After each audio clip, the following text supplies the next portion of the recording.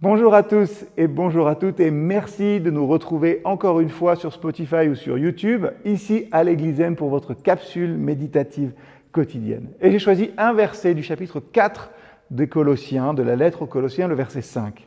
« Conduisez-vous avec sagesse envers ceux du dehors et rachetez le temps. » Ça vous rappelle un petit quelque chose d'hier, mais c'est dans une autre lettre. Dans ce verset, l'apôtre Paul nous rappelle finalement l'importance de vivre une vie imprégnée de sagesse, spécialement dans notre interaction, dans nos relations avec les personnes qui ne partagent pas nécessairement notre foi. Conduisez-vous avec sagesse envers ceux du dehors, nous encourage à être des ambassadeurs du Christ dans le monde qui nous entoure, à être des exemples vivants de l'amour et de la grâce de Dieu. Le deuxième aspect du verset, racheter le temps, on en a parlé un petit peu hier, s'inscrit ici auprès des Colossiens dans la continuité du message que l'on a rencontré déjà fréquemment auparavant.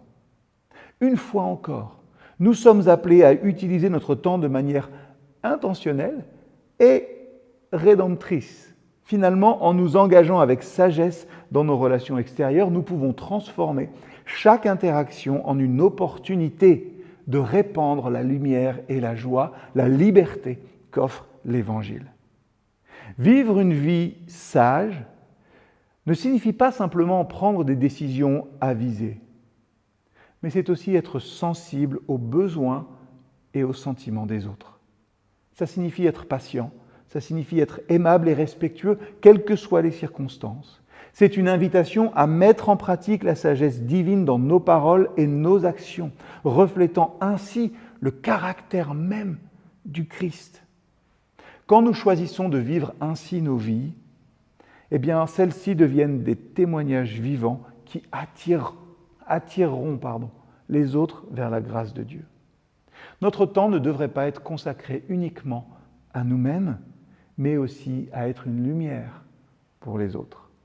Alors une question, comment pourrions-nous utiliser notre temps pour qu'il soit une bénédiction pour ceux qui nous entourent ? Et un défi, encore une fois aujourd'hui. Cherchons une opportunité de faire une action de grâce gratuitement pour quelqu'un aujourd'hui. Ça peut être un simple encouragement, ça peut être un service ou un moment de prière peut-être avec un ami ou un membre de la famille. Et si ça marche aujourd'hui, essayez de répéter ça dans les jours qui viennent. Vous verrez le changement que ça produira en vous et chez les autres. À bientôt.